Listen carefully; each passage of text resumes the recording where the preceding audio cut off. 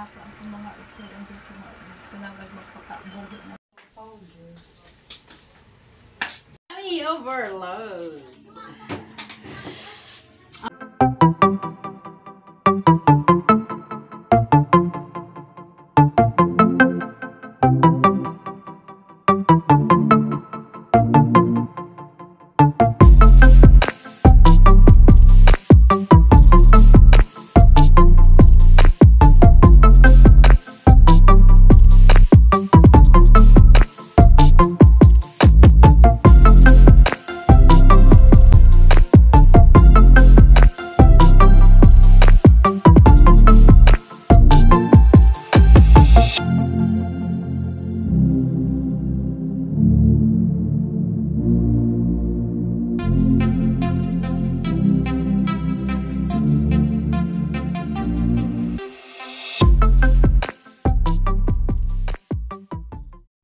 Hi mga lalabs! Welcome back to our channel!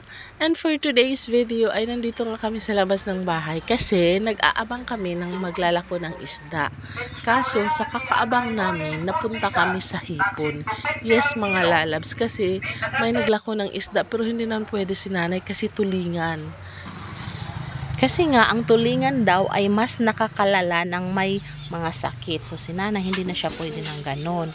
So, ito na lang yung binili ko, hipon. Yes, mga lalabs, hipon. Allergy pa naman ako sa seafoods. Pero alam nyo naman, masarap ang bawal. O, sino diyang kagaya ko, kahit bawal, ay kumakain pa rin. Pero wag kayong mag-alala mga lalabs. May nakahanda po akong gamot. Yes, at syempre, hindi na ako magpatumpik-tumpik pa. Sinimulan ko na ang paglilinis ng hipon kasi nga medyo mahirap. So, kailangan mo tong linisin para mas madali ang pagkain mamaya. At syempre, nandyan rin yung pamangkin ko. Gusto niya daw manood kung paano lilinisin. Kasi wala siyang kalaro. Kaya dyan siya nakatutok sa ginagawa ko. At para nga mas madali ay nagpatulong na din ako ni Dada. Siya na yung naglinis ng hipon.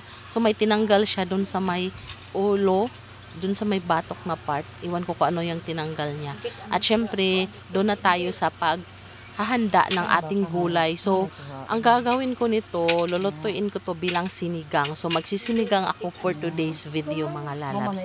At yung gulay ko dito ay kangkong. Kangkong lang yung ilalagay ko. Masarap na din to kahit kangkong lang. At syempre, maghanda na rin tayo ng sibuyas. Meron tayong kamatis, bawang, at saka luya. Mas maraming ricado, mas masarap. So, ayan. At tapos na, dito naman tayo sa kangkong. So, masarap talaga ang luto pag may halong gulay. So, tapos na ang linisin yung hipon. So, kailangan naman natin tong hugasan. Prepare na natin para pag start natin magluto mamaya ay diretso-diretso na. So, ito na yung hipon, hinugasan na siya. At syempre, huwag din kalimutang hugasan yung kangkong para mas malinis siya.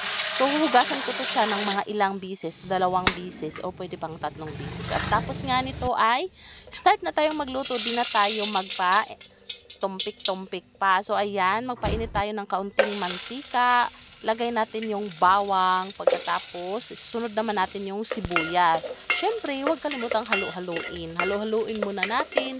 Pagkatapos ng ilang minuto, ay isunod naman natin ang ating luya. Yes, pampandagdag ng lasa luya.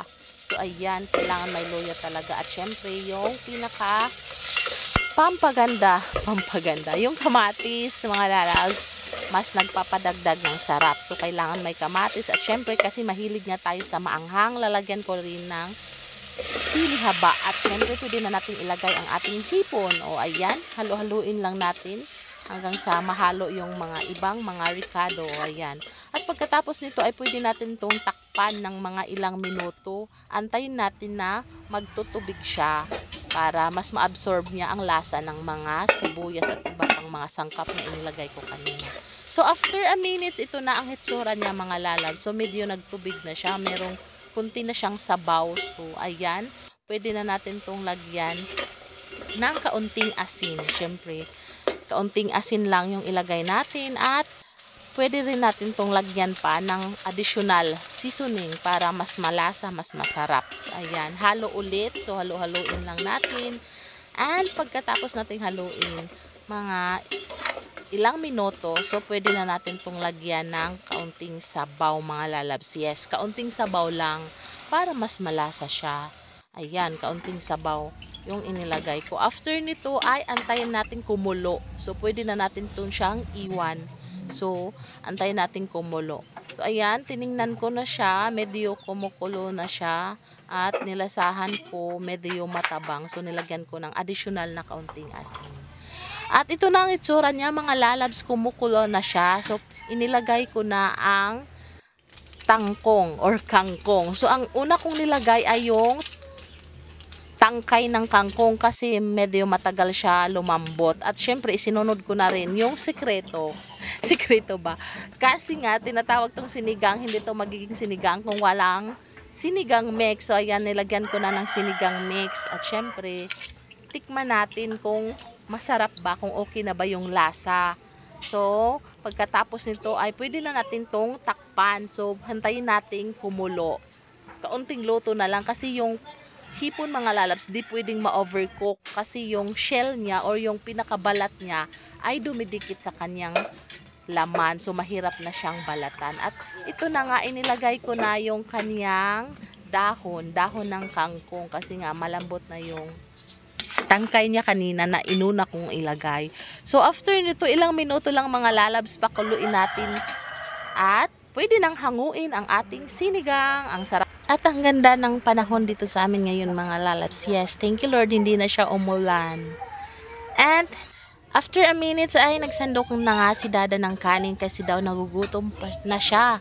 Kasi amoy pa lang, naaamoy pa lang niya, ulam na. O ayan, so ito na siya mga lalabs. O, kung nandito lang talaga kayo mga lalabs, naaamoy nyo, ang bango talaga, nakakagutom. Alam ko namang hindi na naman uubra yung diet natin for today's kainan. So, mapapadami na naman tayo ng kain. Kahit bawal, alam natin bawal, okay lang ito. Minsan lang naman. At syempre, may handa na talaga akong gamot mga lalabs. Kailangan, pag pumunta ka ng gera, meron kang panglaban. So, ito, naghanda na ako ng gamot. Ito na nga siya mga lalabs. Ang sarap-sarap niya, promise. So, ang sarap talaga pag sinabi mong sinigang, kahit anong sinigang na isda or bango, sinigang na karni na baboy. Ang sarap, basta sinigang, paborito ko siya.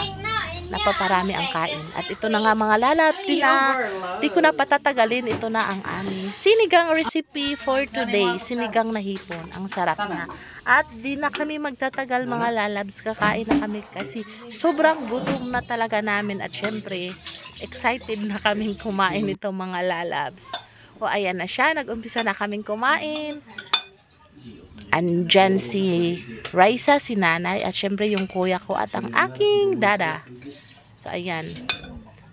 Matitikman na nila ang sarap ng sinigang. Ala Florence. Ala Florence. So, ito na siya mga lalabs. Kumakain na talaga kami.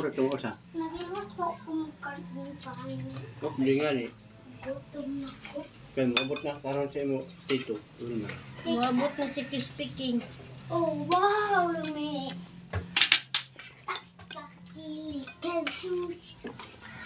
cold hot. Hot cold. At hanggang dito na lang mga lalabs. Maraming salamat po sa inyong palaging panonood sa aming mga videos. At syempre sa mga baguhan pa lang sa aming channel, huwag kalimutang mag-like, share, and subscribe para updated kayo sa aming mga upcoming videos. This is the Florence saying goodbye and God bless everyone.